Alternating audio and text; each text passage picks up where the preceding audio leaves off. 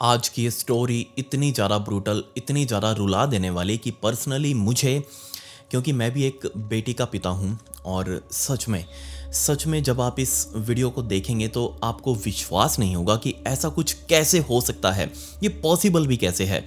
इसकी डिटेल्स इतनी ज़्यादा अनबिलीवेबल कि उस देश की सरकार ने इस केस को सिर्फ ऊपर ऊपर से ही पब्लिक किया है, लेकिन जो पब्लिक किया है वो अनबिलीवेबल है। अंदरूनी जो कोर डिटेल्स थी उसमें से कुछ मैंने निकालने की कोशिश करी और वो मैं आपको आज इस वीडियो में बताऊंगा भी। लेकिन आप भी जब इस वीडियो को पूरा देख लेंगे तो आपके माइंड में दो बातें होंगी। पहली बात तो ये कि भगवान ऐसे माता पिता को बच्चे देता ही क्यों है, और दूसरा आपकी आंखों में आंसू। ये दोनों बातें कंफर्म है, इसलिए रुमाल आप अपने पास रखिएगा। मुझे आज की वीडियो के ऊपर कोई लाइक्स वाइक्स नहीं चाहिए, मत करिएगा बेशक, लेकिन इस वीडियो को प्लीज़ आप पूरा देखिएगा ताकि हम सब के बीच में एक अवेयरनेस बन पाए। हमारे आसपास भी ऐसे बहुत सारे केसेस होंगे जो आपने देखे होंगे इस केस से रिलेटेड। सो प्लीज़, एक अवेयरनेस वीडियो है ये। Let's dive in.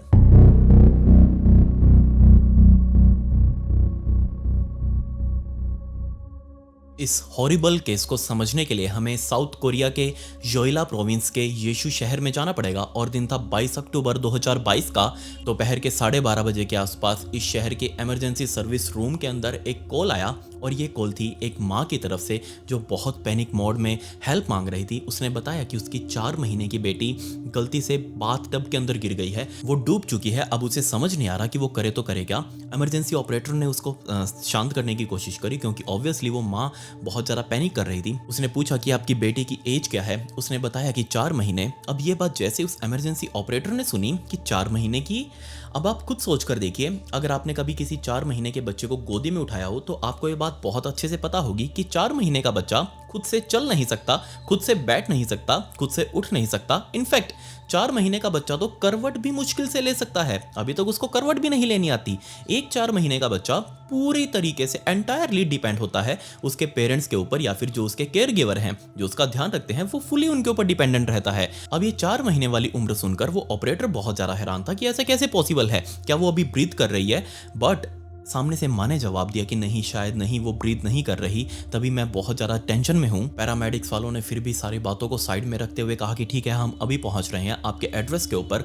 जल्दी ही एक एम्बुलेंस इस घर पर पहुँच चुकी थी। अंदर उन्होंने एंटर किया। अब इस पूरी वीडियो के अंदर, पूरी स्टोरी के अंदर मैं इस बच्ची का नाम डेजी रेफर करूँगा क्योंकि इसमें असली नाम कभी आज तक पब्लिक नहीं किया गया, और वो बिल्कुल अच्छी बात है। माइनर है बच्ची अभी, इसका नाम, इसकी पहचान कभी पब्लिक नहीं की जानी चाहिए, इसलिए मैं इस बच्ची को डेजी के नाम से बोलूँगा। सो जैसे ही ये पैरामेडिक्स वाली गाड़ी इस घर पर पहुंची, अंदर डॉक्टर तुरंत स्ट्रेचर लेकर भागे। डेजी को उन्होंने जाकर संभाला और पहले लुक में ही वो समझ चुके थे कि डेजी के साथ कुछ बहुत बुरा हुआ है, क्योंकि डेजी का पूरा चेहरा गहरा पीला पड़ चुका है और उसके होठ बहुत ज़्यादा नीले पड़ चुके हैं। फिर भी उन्होंने जैसे तैसे डेजी को अपनी गोदी में उठाकर स्ट्रेचर पर रखा और स्ट्रेचर से होते हुए सीधा एम्बुलेंस के अंदर भागे। एम्बुलेंस के अंदर बैठे डॉक्टर्स डेजी को रास्ते में किसी तरीके से जिंदा रखने की कोशिश कर रहे थे, क्योंकि उसकी सांस बहुत ज़्यादा फूल रही थी, बहुत ज़्यादा फड़क रही थी। ऐसा लग रहा था जैसे एक एक सांस के लिए डेजी तड़प रही हो। इसीलिए उन्होंने अच्छे से कंफर्ट करने के लिए डेजी को उसके मुंह में एम्बू बैग लगा दिया। अब क्योंकि इतने छोटे बच्चे के मुंह में वेंटिलेटर लगाना बहुत मुश्किल का काम होता है और ये एक्सपर्ट डॉक्टर्स ही कर पाते हैं, बट एम्बू बैग एक तरीके से छोटा सा हैंड मैनुअल, उसको आप वेंटिलेटर बोल सकते हैं, जिसको बार बार दबाना पड़ता है ताकि सांस पेशेंट को दी जा सके। यहाँ उस बेचारी छोटी सी बच्ची के मुंह में एम्बू बैग लगा दिया ताकि उसको सांस दी जा सके। हॉस्पिटल में पहुंचकर जल्दी ही डेजी को डॉक्टर्स ने संभाला, लेकिन उसकी हालत देखकर सबसे पहला सवाल यही था डॉक्टर्स का कि इसके माता पिता कहाँ हैं, पहले उनको बुलाओ। जल्दी ही यहाँ पर उसके माता पिता भी पहुंच चुके थे। डेजी की माँ से पूछा गया कि एग्जैक्टली बताओ हमें क्या हुआ है, हम उसका इलाज तो शुरू कर ही रहे हैं। तब उसकी माँ ने बताना शुरू किया कि रोज की तरह मैं डेजी को नहलाने के लिए उसको बाथरूम के अंदर लेकर गई थी। बाथरूम में बाथटब के ऊपर उसने एक फट्टा लगा रखा है जिसके ऊपर बैठाकर मैं डेजी को डेली नहलाती हूँ, और आज भी मैं डेजी को उसी तरीके से नहला रही थी। तभी मेरा ध्यान पीछे की तरफ शैम्पू पर गया। उस शैम्पू को उठाने के लिए जैसे मैं पीछे की तरफ मुड़ी, इतने में ही डेजी नीचे स्लिप कर चुकी थी, वो पानी के अंदर गिर गई। और डॉक्टर्स ने उसकी माँ को रोकते हुए कहा कि नहीं नहीं नहीं, रुको रुको रुको, हम आपसे वो नहीं जान रहे कि आज इसके साथ क्या हुआ है, हम ये जानना चाह रहे हैं कि आखिर इस बच्ची के साथ चल क्या रहा है, क्योंकि इसके पूरे शरीर पर उसके पैरों के ऊपर, उसके हाथों के ऊपर, उसके सिर के ऊपर बहुत गहरे चोटों के निशान हैं। और इनफैक्ट इनमें से कुछ चोटें तो इतनी पुरानी हैं कि उनका नील भी अब पड़कर सूख चुका है, उनका कलर अब येलो पड़ चुका है, वो बहुत पुरानी हो चुकी हैं। और इनमें से कुछ चोटें बिल्कुल नहीं हैं, जिनके ऊपर अभी वो जो सेल्स की एक लेयर बनती है ना, जो नया मांस आता है, नई स्किन बनती है, वो लेयर अभी बननी शुरू हुई है। और इनफैक्ट इनमें से कुछ चोटें तो इतनी ज़्यादा नहीं है कि उनसे अभी ब्लीडिंग तक नहीं रुकी। ये सब क्या है? ऐसा कैसे हो सकता है बच्ची के साथ? उसकी माँ ने सारी बातें बताने में आनाकानी करी, लेकिन डॉक्टर समझ चुके थे कि बेचारी डेजी की बहुत बुरे तरीके से पिटाई हुई है। उसके घर में या फिर जो भी उसका ध्यान रखते हैं, उन्होंने बहुत बुरा बर्ताव किया है बच्ची के साथ। अब आप बस सोच कर देखिए, एक 4 महीने की बच्ची, अगर मैं एग्जैक्टली बात करूं तो सिर्फ 133 दिन हुए हैं इस बच्ची को इस दुनिया के अंदर आए। उसने क्या ही देख लिया होगा, उसने क्या ही कुछ फील कर लिया होगा। एक सिर्फ 133 दिनों की बच्ची के साथ किसी की क्या ही दुश्मनी हो सकती है। बट फर्स्ट यहाँ डॉक्टर्स ने उसका इलाज शुरू किया, लेकिन डॉक्टर समझ चुके थे कि यहाँ डेजी का इलाज मिलना मुश्किल है, इसलिए उसको यहाँ से प्राइमरी एड देकर नए बड़े हॉस्पिटल के अंदर शिफ्ट किया जाएगा। और जल्दी ही दोबारा से डेजी को तैयार किया गया नए हॉस्पिटल में ट्रांसफर करने के लिए। अब यहाँ से डेजी को तकरीबन 110 किलोमीटर दूर ग्वांजू शहर के बड़े हॉस्पिटल के अंदर लेकर जाना था। बट इन 2 हॉस्पिटल्स में ट्रांसफर करने के बीच एक बहुत ही कमाल की चीज हुई, और वो था कि यहाँ से डेजी को अकेले लेकर जाना था। मतलब कि सिर्फ डॉक्टर्स उसके साथ होने वाले थे, उसके माता पिता नहीं, क्योंकि डॉक्टर्स को पहली नजर से ही इस बात के ऊपर शक हो गया था कि ये केस एक बहुत ही ब्रूटल चाइल्ड अब्यूज का है, और हमें शक है कि ये माता पिता ने ही किया है। इसलिए हम उनको इस बच्ची के पास सेफ फील नहीं करते, और हम इस बच्ची को खुद ही अकेले उस हॉस्पिटल तक लेकर जाएंगे। इसकी माँ इस एम्बुलेंस में उसके साथ नहीं बैठेगी। ग्वांजू शहर में पहुंचते ही डॉक्टर्स पहले से ही तैयार थे, उनको पहले से ही इन्फॉर्म कर दिया गया था इस केस के बारे में। डॉक्टर्स ने जैसे ही एम्बुलेंस से डेजी को रिसीव किया, उसको तुरंत भागकर सर्जरी रूम की तरफ लेकर गए। और in between the main time इन्हीं डॉक्टर्स ने पुलिस वालों को भी इन्फॉर्म कर दिया कि ये केस कुछ बहुत ज़्यादा सीरियस है, आप प्लीज़ इसके अंदर इंटरफेयर कीजिए। पुलिस वाले भी मौके पर पहुंच चुके थे। दूसरी गाड़ी से डेजी की माँ वो भी यहाँ पर पहुंच चुकी थी, उसका पिता भी पहुंच चुका था। बट सर्जरी रूम के अंदर ले जाते ही डॉक्टर्स ने जैसे ही डेजी की हालत देखी, उनको विश्वास नहीं हुआ कि ऐसा कोई कर भी कैसे सकता है। बट अपने एक्शंस को परफॉर्म करने के लिए उनको जल्दी ही डेजी के ऑपरेशन शुरू करने थे, क्योंकि जो डेजी को चोटें लगी थी उसकी वजह से डेजी का पेट एबनॉर्मली बहुत ही अजीब तरीके से फूला हुआ था। सो डॉक्टर्स को इस बात के लिए मेक श्योर करना था कि उसके पेट के अंदर कोई दिक्कत ना हो, वरना इन्फेक्शन फैल जाएगा। इसलिए डॉक्टर्स ने पहले तो डेजी को एनेस्थीसिया देकर उसको बेहोश किया, और बाद में स्कैल्पल लेकर उसके पेट को काटना शुरू किया ताकि अंदर वो सर्जरी परफॉर्म कर सके। लेकिन जैसे उन्होंने बेचारी डेजी के पेट को काटा, ऊपर चीरा लगाया, बहुत तेज एक पिचकारी खून की उसके पेट से बाहर निकली। और ये चीज डॉक्टर्स के लिए भी हैरान कर देने वाली थी कि आखिर ये खून कहां से आया, क्योंकि आमतौर पर जैसे ही वो चीरा लगाएंगे इतना खून नहीं निकलना चाहिए था। अगर मैं एग्जैक्ट वॉल्यूम आपको बताऊं तो तकरीबन 510 मिलीलीटर, यानी कि आधे लीटर से भी ज्यादा। ये जो कोल्ड ड्रिंक वगैरह की बोतलें होती है आधे लीटर की, ये पूरी भर जाए, इतना खून एकदम से फव्वारा बनकर बेचारी हेडन के शरीर से बाहर निकला।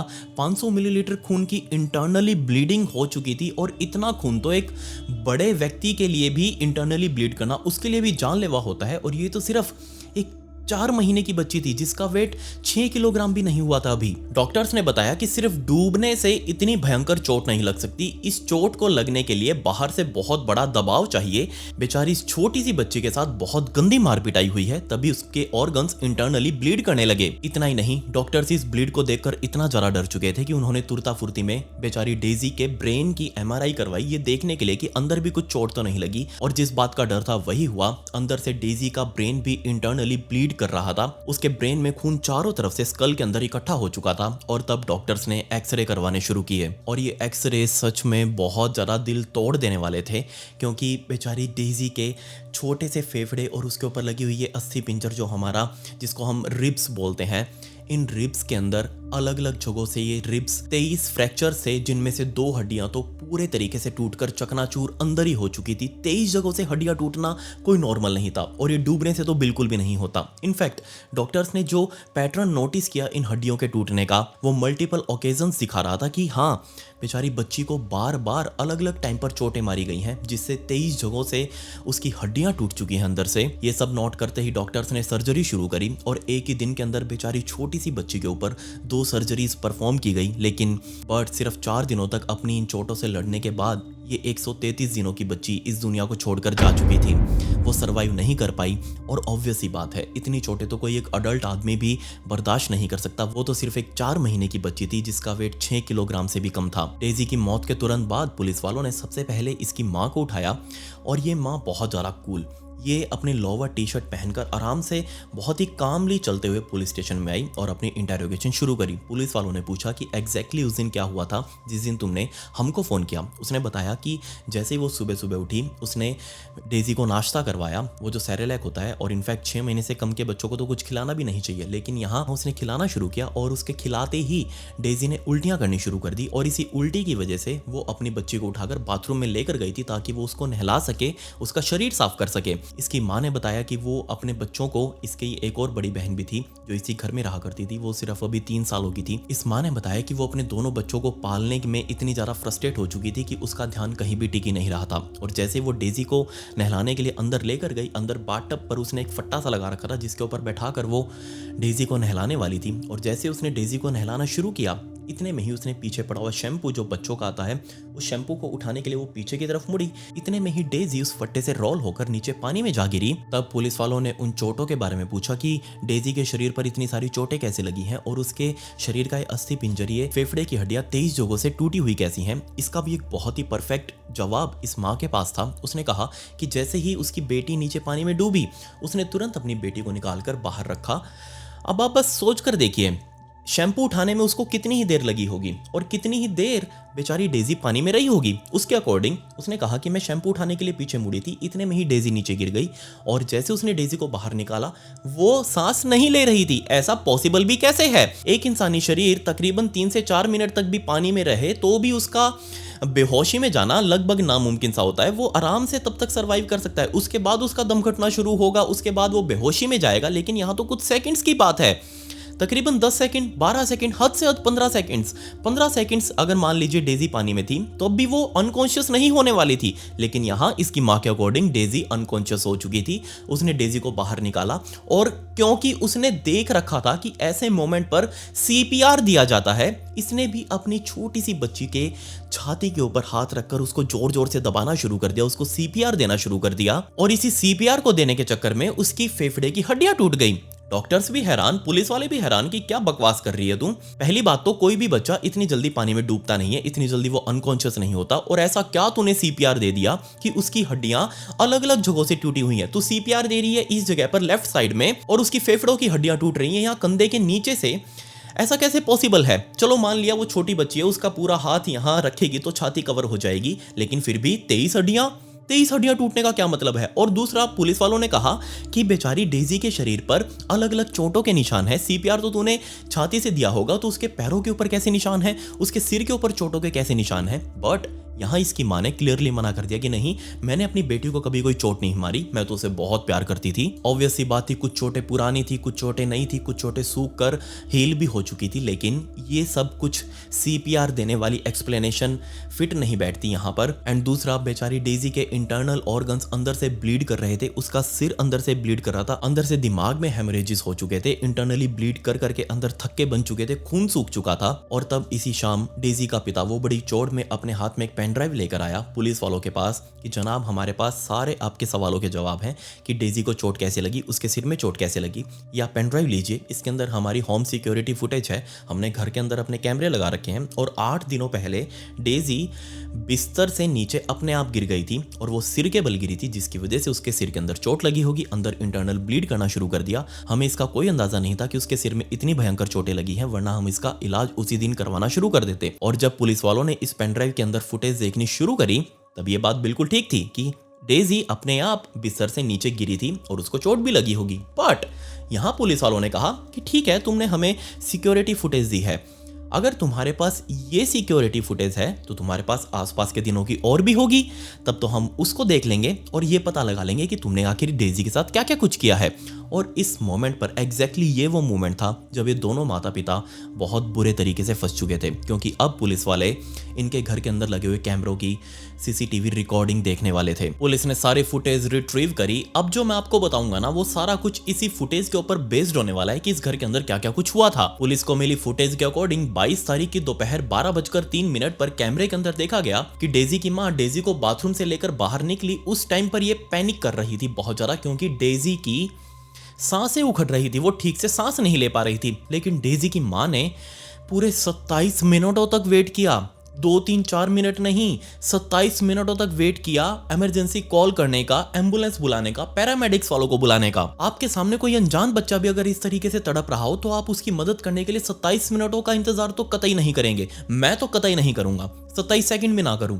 दूसरा, जब पुलिस वालों ने इसका कॉन्ट्राडिक्टरी क्वेश्चन किया इसके सामने, डेजी की मां के सामने, तो इसने अपनी स्टेटमेंट ही बदल दी। पहले इसने कहा था फर्स्ट इंटरव्यू के अंदर कि जनाब ये सारा मेरा फॉल्ट है, मैंने ही अपनी बच्ची की ठीक ढंग से देखभाल नहीं करी। जब दूसरी बार इससे इंटरव्यू किया गया तब इसने कहा कि नहीं, ऐसा इंटेंशनली नहीं था, मैं अंदर से बहुत ज्यादा फ्रस्ट्रेट हो चुकी थी, मैं अपने खुद के कंट्रोल में नहीं थी। पुलिस वाले समझ चुके थे कि अपनी स्टोरीज बदल रही है, अपने बयान बदल रही है, जिसके बाद पुलिस वालों ने एक अपनी थ्योरी बनाई कि ये जो बाथटब वाला इंसिडेंट हुआ था ना, डेजी के डूबने वाला, ये कोई एक्सीडेंट नहीं था, बल्कि जो पिछली पुरानी चोटें लगी हुई थी डेजी को, वो उससे इतनी ज्यादा गंभीर रूप से घायल हो चुकी थी कि उसका बचना अब लगभग नामुमकिन था। और ये बात डेजी की मां बहुत अच्छे से समझ चुकी थी। इसीलिए डेजी की मौत को एक एक्सीडेंट दिखाने के लिए, उसका दूसरा एक्सप्लेनेशन देने के लिए इसी ने अपनी बच्ची को बाथटब के अंदर डुबा कर रखा, और तब तक डुबा कर रखा जब तक उसकी सांसें नहीं उखड़ गई। और इसी 22 अक्टूबर के दिन की शुरुआत से जब पुलिस वालों ने फुटेज देखनी शुरू करी,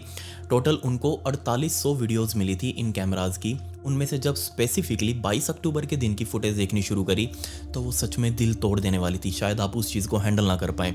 दिन शुरू होने के साथ ही जैसे ही डेजी की माँ डेजी को उठाने के लिए पहुंची उसके नीचे लगे हुए बिस्तर के पास, अब आमतौर पर बच्चे को कैसे उठाया जाता है, बहुत ही लाड़ प्यार से, दुलार से, उसके सिर के ऊपर हाथ फेर कर वो नींद से जगे। बट नहीं, इसने अपनी सोती हुई बच्ची को उसके पैरों को पकड़कर ऐसे हवा में उठा दिया उल्टा, ताकि उसकी नींद खुल जाए। इमेजिन करके देखिएगा, एक 4 महीने की बच्ची, उसको वो ऐसे उल्टा पकड़कर उठा रही है।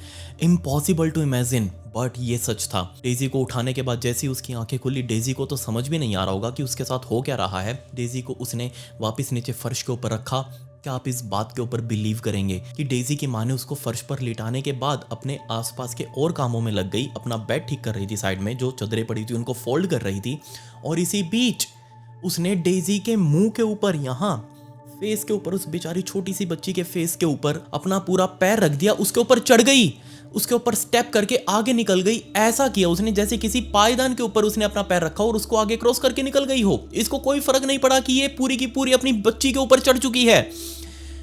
यहां तक भी ये नहीं रुकी, जिसके बाद इसने देखा कि डेजी बहुत जोर से रो रही है। उसको दर्द हो रहा होगा ऑब्वियसली उस टाइम पर। इसने साइड में पड़ा हुआ तकिया, जिसको अभी अभी उसने सेट करके रखा था, उस तकिए को उठाया और उसने बेचारी डेजी के मुंह के ऊपर रखकर उसको दबाना शुरू कर दिया। और ये सारा काम जब वो कर रही थी, सीसीटीवी यहाँ का ऑन था, ये सारा कुछ सीसीटीवी में भी कैप्चर हुआ। इसके साथ इसकी ऑडियो रिकॉर्डिंग्स भी सीसीटीवी के अंदर कैद हुई, जिसमें वो बार बार बोलती हुई सुनाई दे रही थी कि डेजी तुम्हें मरना पड़ेगा, अगर तू खुद नहीं मरेगी तो मैं तेरी जान ले लूँगी। क्या आप इस बात के ऊपर बिलीव करेंगे कि जब ये फुटेज देखी तो पुलिस वालों ने सोचा कि वो पहले की भी एक बार फुटेज देखें, उसके अंदर इसने क्या क्या कुछ किया है। तो पिछले एक हफ्ते के अंदर 15 अक्टूबर से लेकर 22 अक्टूबर के बीच में, ये जो मैंने आपको इंसिडेंट बताया ना 22 अक्टूबर वाला, उसको उल्टा पकड़कर उठाना, ये कोई पहली बार किया हुआ काम नहीं था। वो डेली ही अपने बच्चे को इस तरीके से उठाती थी, ऐसे उल्टा पकड़कर उसको झटक कर उठ जा। मुझे तो अभी तक विश्वास नहीं हो रहा कि एक माँ अपने बच्चे के साथ ऐसा कर कैसे सकती है। 22 अक्टूबर को नहलाने वाले इंसिडेंट से पहले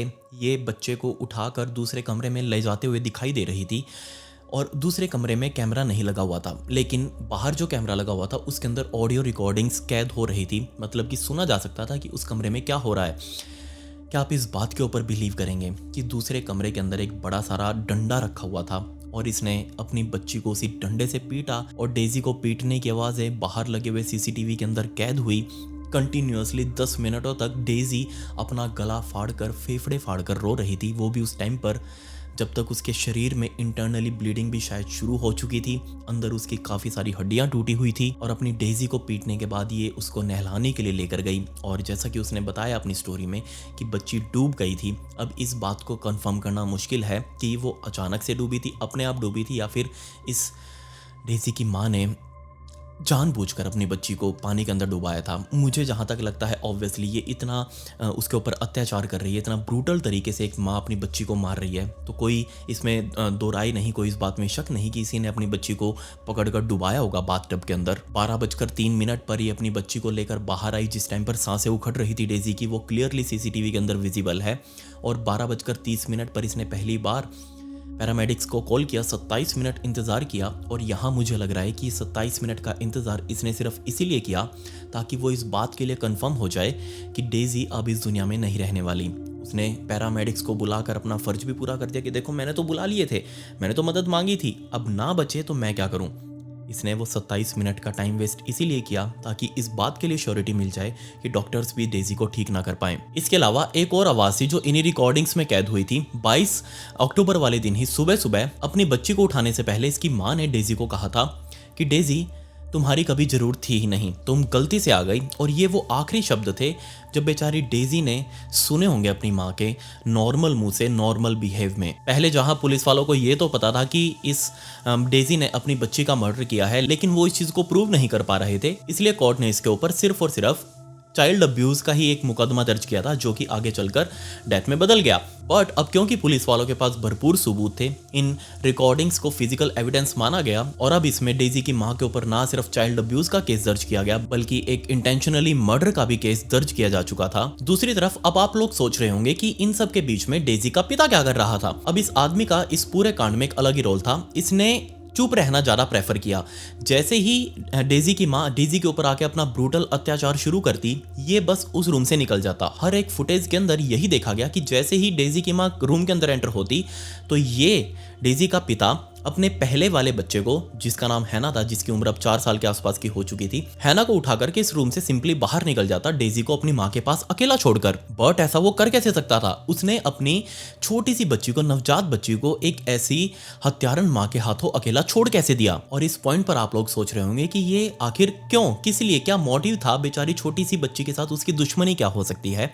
तो इसके पीछे का रीज़न डेजी की माँ ने बहुत ही अजीब सा बताया। असल में जिस टाइम पर डेजी की माँ प्रेग्नेंट थी डेजी से, उस टाइम पर उसके बड़े वाले बच्चे का जन्मदिन आने वाला था। और कोरिया के अंदर बर्थडे पार्टीज वगैरह बहुत ही स्पेशल होती हैं, खासतौर पर पहली या फिर जो छोटे छोटे बच्चे होते हैं, पहली दूसरी तीसरी बर्थडे पार्टी, ये वो लोग बहुत ही बड़े चाव से सेलिब्रेट करते हैं और अच्छी बात है, करना भी चाहिए। बट जिस टाइम पर हाना का बर्थडे आने वाला था उस टाइम पर डेजी से इसकी माँ प्रेग्नेंट थी।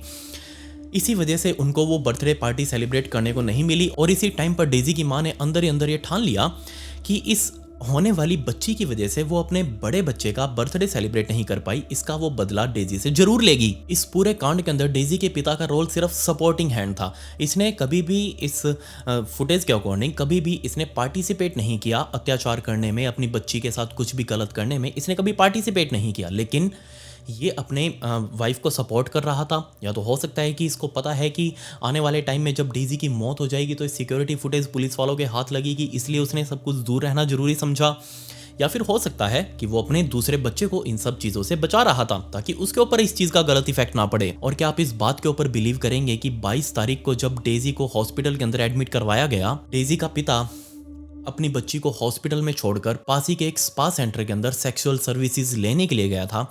सोच कर देखिए आप, ये कैसा पिता था। इसकी बच्ची मौत के मुंह में कभी भी समा सकती है, ऐसी पोजीशन में वो हॉस्पिटल के अंदर एडमिट है।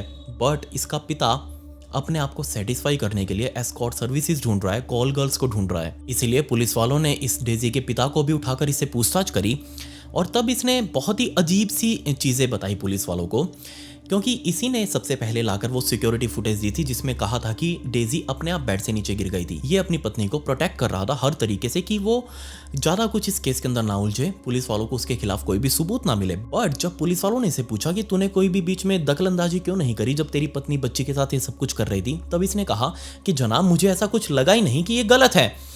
आप बस सोच कर देखिए, एक बच्ची को उल्टे तरीके से उठाना, उसके पैर पकड़ कर उठाना झटके से ना, ऐसे उसके मुंह के ऊपर पैर रखकर आगे निकल जाना, उसके मुंह पर तकिया रखकर उसको दबाना, सफोकेट करना, या फिर उसकी जान ले लेना, उसके साथ मार पिटाई करना। इस डेजी के पिता के नज़रों के अंदर ये सब कुछ नॉर्मल था। मतलब कि आसपास के जितने भी और बच्चे माता पिता होंगे वो अपने बच्चों के साथ ऐसा ही कुछ करते होंगे।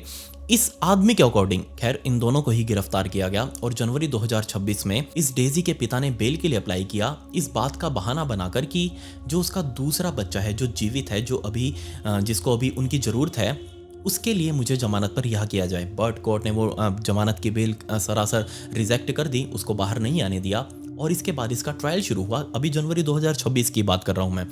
जब प्रोसिक्यूशंस ने सारी सिक्योरिटी फुटेज जजेस को दिखाई तो जजेस ने सारी फुटेज साइड करके सिर्फ यही कहा कि इस फुटेज को देखना तो अपने आप में एक अलग दिक्कत है, एक अलग दर्द है, इसकी ऑडियो रिकॉर्डिंग सुनना ही अपने आप में बहुत ज़्यादा डिस्टर्बिंग है। ऐसी कोई चार्जशीट नहीं बनी जिसके ऊपर हम पेन से लिख सके कि उस बच्ची ने क्या कुछ फेस किया होगा। और तब दिन आया 8 फरवरी 2026 का, जब कोरिया के एक बहुत ही पॉपुलर मिस्ट्री शो ने, एक क्राइम शो ने इस पूरे केस की डॉक्यूमेंट्री बनाकर टीवी के ऊपर पब्लिश करी।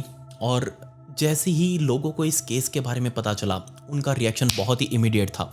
सभी लोगों ने सिर्फ और सिर्फ कोर्ट को लेटर लिखने शुरू कर दिए कि इन दोनों को, माता और पिता को, कभी भी बाहर ना आने दिया जाए और दूसरा इनके ऊपर जितनी मैक्सिमम पेनल्टी हो सकती है वो सारी लगाई जाए, क्योंकि सबका गुस्सा फूट पड़ा कि एक 4 महीने की बच्ची के साथ ऐसा कोई कैसे कर सकता है। कोई भी विश्वास करने को तैयार नहीं था।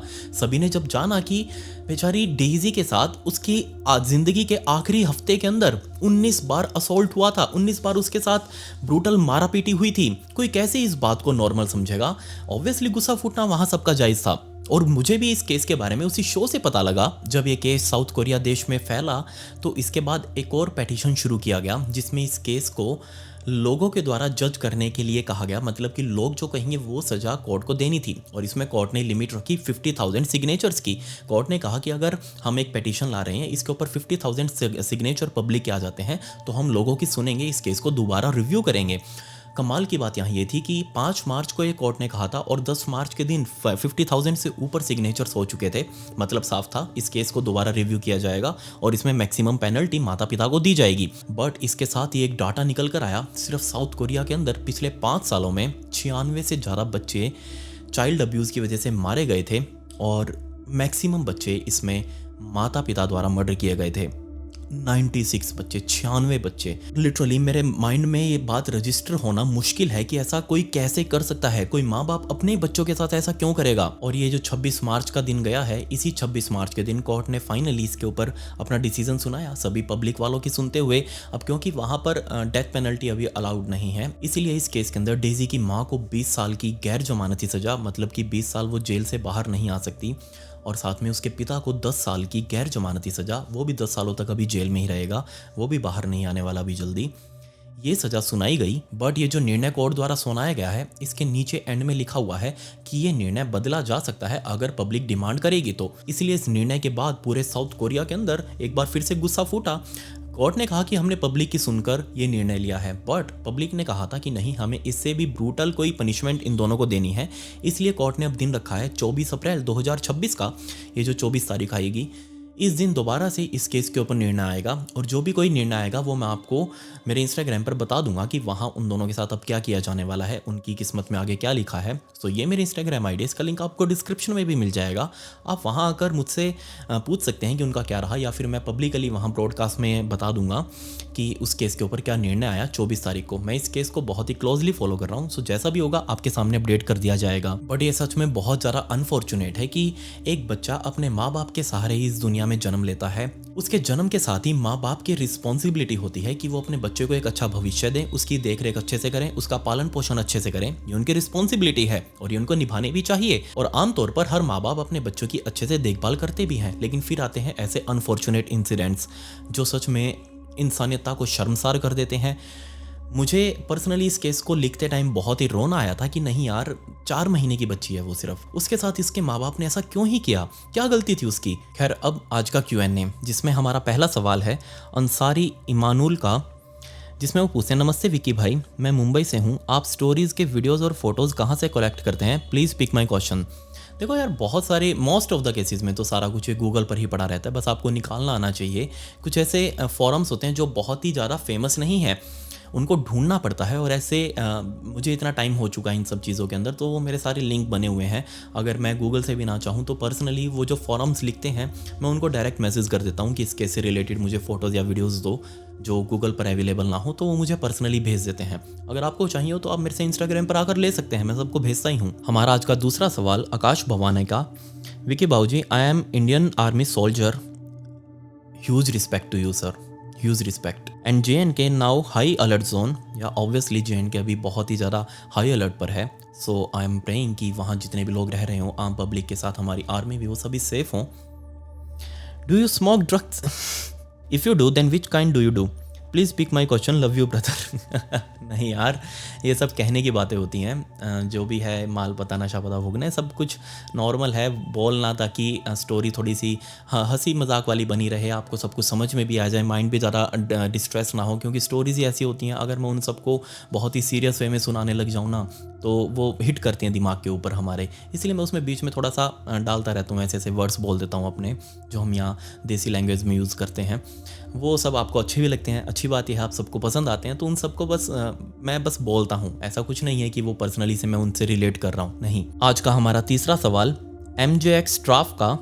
विकी भाई, मेरा क्वेश्चन ये है कि मैं आपको 2000 बार बता चुका हूँ, आप इंडिया के 2 इनफेमस केसेस कवर क्यों नहीं कर रहे, आरुषि तलवार केस और राम रहीम केस। आरुषि तलवार केस यार देखो, सच में है तो बहुत ज़्यादा मिस्टीरियस, मुझे कवर करना भी चाहिए, एंड फॉर श्योर मैं कवर करूँगा। चलिए, आपने कहा है सराफ भाई, तो मैं ज़रूर आपकी इस बात के ऊपर ध्यान करूँगा, एंड मैं इसके ऊपर ज़रूर लिखूँगा भी और आप सबके सामने रखूँगा भी। और रही बात बाबा की वो एक अलग आइटम है। उसके बारे में क्या तो उसका बताएं यार, वो भी बंद है, कभी बाहर आ जाता है, कभी बंद है। मैं उसके बारे में कुछ खास बोलना नहीं चाहता, बट हाँ, जब 2017 में वो कांड हुआ था, तब मैंने उसके ऊपर वीडियो बनाई थी। शायद हो सकता है मैंने वो डिलीट ना की हो, तो वीडियो आज भी पड़ी होगी, आप जाके देख सकते हैं। हाँ, मैंने उसके ऊपर बनाई थी यार, और अच्छी वो उस टाइम पे व्यूज़ भी बहुत अच्छे आए थे उसके। सो मुझे कोई खास उसमें इंटरेस्टिंग नहीं है, बट हाँ, आरुषि तलवार आपने बहुत अच्छा सजेस्ट किया है। आज का हमारा चौथा सवाल हेमंत भाई फाथोड़ का।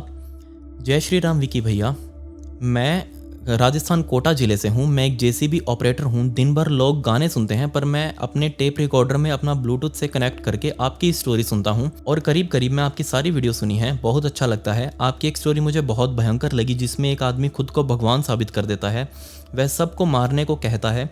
बहुत बढ़िया काम कर रहे हो आप, हमें बहुत अच्छा लगता है। इसमें सबसे अच्छी बात यह है कि हमें सबको जागरूक रहने की बहुत ज़रूरत है। जय श्री राम। राम राम हेमंत भाई, आपने बहुत अच्छा लगा कि हम सबको बहुत ज़्यादा जागरूक रहने की ज़रूरत है। देखो यार, हमारे आसपास जो भी लोग रहते हैं ना, हमें किसी का कुछ नहीं पता कि सामने वाला कौन कैसा है, उसने अपनी ज़िंदगी में अपना माइंड कैसा डेवलप किया है। इसलिए हम सबको हमेशा सचेत रहना चाहिए कि सामने वाला हमारे साथ कभी कुछ गलत कर सकता है। इसलिए कभी किसी के ऊपर जल्दी विश्वास ना करें, किसी को अपने नज़दीक ना आने दें, या फिर बस हाँ ठीक है, दूर दूर से अपना राम राम रखें सभी से, कोई ज़्यादा अपने क्लोज ना होने दें, किसी अनजान के ऊपर जल्दी विश्वास ना करें। आज का हमारा आखिरी सवाल मिस्टर ट्रोलिंग का। सलाम ब्रदर, पता है मुस्लिम का क्वेश्चन तो नहीं उठाओगे। मेरा क्वेश्चन है, आपको एक केस बताया था सियालकोट का, उसको रिकवर कब करोगे? 2 यंग ब्रदर का ब्रूटल केस है बहुत ज़्यादा। देखो यार, ऐसा कभी भी नहीं कहा मैंने कि मैं किसी धर्म के लिए ही सिर्फ सपोर्ट में रहता हूँ, मैं मुस्लिम धर्म का या फिर किसी और धर्म का सवाल ही नहीं उठाऊँ। नहीं यार, इन सब से दूर रखो मुझे। हाँ, मैं हिंदू हूँ, मैं सभी धर्मों की रिस्पेक्ट करता हूँ, और हमारा हिंदू धर्म यही सिखाता है, सबको इज्जत दो, सबको मान सम्मान दो। और ऐसा कुछ भी नहीं है कि मैं कभी किसी धर्म से रिलेटेड बातें करता हूँ, या फिर किसी को नीचा दिखाने की कोशिश करता हूँ, या फिर अपने आप को बड़ा बताता हूँ। नहीं, ऐसा बिल्कुल भी नहीं है। और जो आपने कहा कि सियालकोट का जो केस है वो मैं कवर करूं, हाँ वो मैं ज़रूर कवर करूंगा, आज नहीं तो कल, थोड़ा सा टाइम लगेगा। अभी पहले बहुत सारी स्क्रिप्ट चल रही हैं एक साथ, सो जब वो केसेस कवर हो जाएंगे तब मैं इसके ऊपर ज़रूर लिखूंगा। एंड थैंक यू, आपने मुझे सजेस्ट किया, आपका बहुत बहुत शुक्रिया। खैर, अब पिछली वीडियो का शाउट आउट प्रीति भाटी को, and comment pick me to get a shout out in next video. मिलते हैं अगली वीडियो में। ये वीडियो देखने के लिए धन्यवाद।